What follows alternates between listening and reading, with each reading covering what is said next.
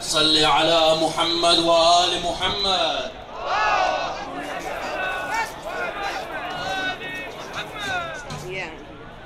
Igen i år mindes vi profetens barnebarn og hans kamp mod misbrug af islam. Den revolution Imam Hussein startede, blev han og hans ledsagers halshugget for.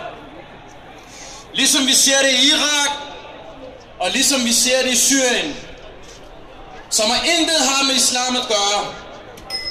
Denne begivenhed, som forfærder mange i dag på tv, fandt sted for mere end 1400 år siden